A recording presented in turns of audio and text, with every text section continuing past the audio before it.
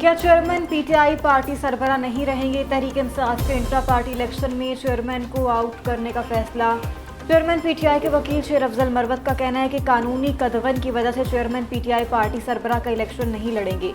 عدالت کی طرف سے نااہلی ختم ہونے پر دوبارہ چیئرمین منتخب ہوں گے۔ توشہ خانہ کیس میں سزا کی وجہ سے انٹرا پارٹی الیکشن میں بطور چیئرمین نیا امیدوار لایا جائے گا۔ دوسری طرف تحریک انصاف نے شیر افضل کے دعوے کی تردید کر دی۔ ترجمان پی ٹی آئی کا کہنا ہے کہ انٹرا پارٹی انتخابات پر اہم امور پر غور کا سلسلہ جاری ہے۔ چیئرمین کے انتخابات سے دستبرداری یا کسی اور رہنما کی نامزدگی کا کوئی فیصلہ نہیں کیا گیا۔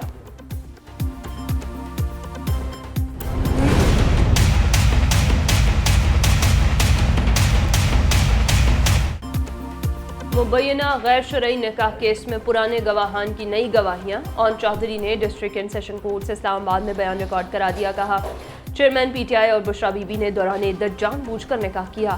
بشرا بی بی کے کہنے پر چیئرمین پی ٹی آئی نے ریحام خان کو طلاق دی۔ سابق وزیراعظم نے کہا، بشرا سے نکاح ہوا تو وزیراعظم بن جاؤں گا۔ وہ اور زلفی بخاری دوسرے نکاح کے گواہ تھے۔ کیس کے دوسرے گواہ اور نکاح خواہ مفتی سعید نے بتایا، دونوں کے شرعی نکاح کے لوازمات پورے نہ تھے۔ 1 جنوری 2018 والا نکاح غیر شرعی تھا۔ فروری 2018 میں چیئرمین پی ٹی آئی نے رابطہ کیا اور کہا، نکاح عدت کے دوران ہوا ہے۔ اسی ماہ دوسرا نکاح بنی گالہ میں پڑھوایا۔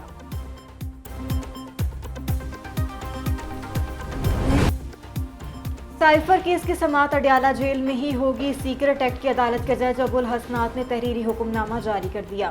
عدالت نے کہا کہ چیئرمین پی ٹی آئی اور شاہ محمود قریشی کا اوپن ٹرائل ہوگا۔ صحافیوں اور فیملی کے 5 افراد آ سکیں گے۔ عام افراد کو بھی ٹرائل کی کارروائی میں بیٹھنے کی اجازت ہوگی۔ دوران سماعت سپرنٹینڈنٹ اڈیالہ جیل نے سیکیورٹی خدشات پر چیئرمین پی ٹی آئی کو پیش کرنے سے معذرت کر لی۔ شاہ محمود قریشی کو بھی عدالت میں پیش نہ کیا جا سکا۔ میڈیا سے گفتگو میں علیمہ خان نے کہا کہ ایسے ہی رہا تو چیئرمین پی ٹی آئی کو باہر نہیں نکلنے دیں گے۔ شاہ محمود کی بیٹی مہربانو قریشی بولی، سمجھ سے بالاتر ہے کہ شاہ محمود کو کیوں پیش نہیں کیا، ان سے متعلق سے تو سیکیورٹی خدشات بھی نہیں تھے۔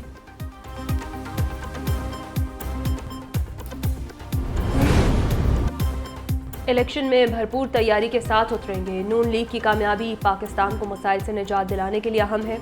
صدر مسلم لیگ نون شہباز شریف کی پارٹی رہنماؤں اور سابق اراکین قومی اسمبلی سے ملاقات میں گفتگو۔ کہا، اللہ تعالیٰ کے فضل اور عوام کے اعتماد سے الیکشن میں بھرپور کامیابی حاصل کریں گے۔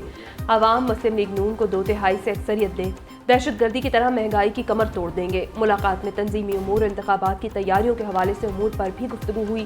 شہباز شریف نے یوم یکجہتی فلسطین بھرپور طریقے سے منانے کی اپیل کر دی۔ پارٹی کارکنان کو کل کراچی کی ریلی میں بھرپور شرکت کی ہدایت۔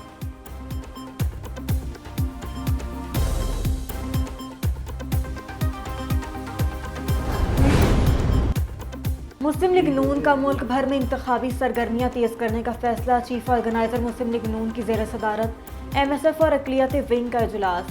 مریم نواز نے کہا کہ 2024 ملک اور عوام کے لیے ترقی کا نیا دور لے کر آ رہا ہے۔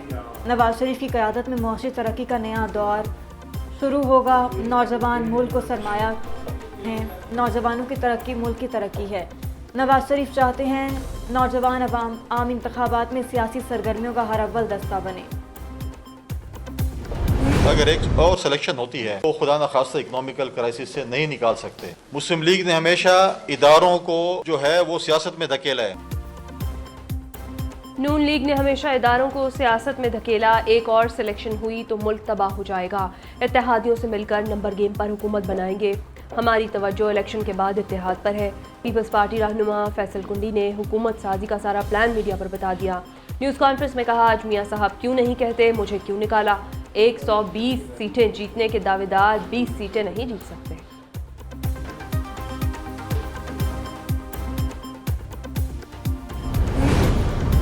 ایم کیو ایم پاکستان نے آئین میں ترمیم کی تجاویز پیش کر دی۔ آئین نہ اپنا تحفظ کر سکا نہ عوام کا۔ پارٹی کنوینر خالد مقبول صدیقی کا کراچی میں تقریب سے خطاب۔ کہا، صوبوں کی طرح آئین میں مقامی حکومتوں کو بھی تحفظ دیا جائے۔ مصطفیٰ کمال بولے، آئینی ترمیم عوام کے پاس لے کر جائیں گے۔ وفاق براہ راست شہروں اور اضلاع کو فنڈز دے۔ اضلاع خود مختار ہوں گے تو ملک خود مختار ہوگا۔ فاروق ستار بولے، 26ویں آئینی ترمیم ملک کو مشکلات سے نکالے گی۔ سیاسی جماعتوں نے عوام کو ٹرک کی بتی کے پیچھے لگا کر رکھا تھا۔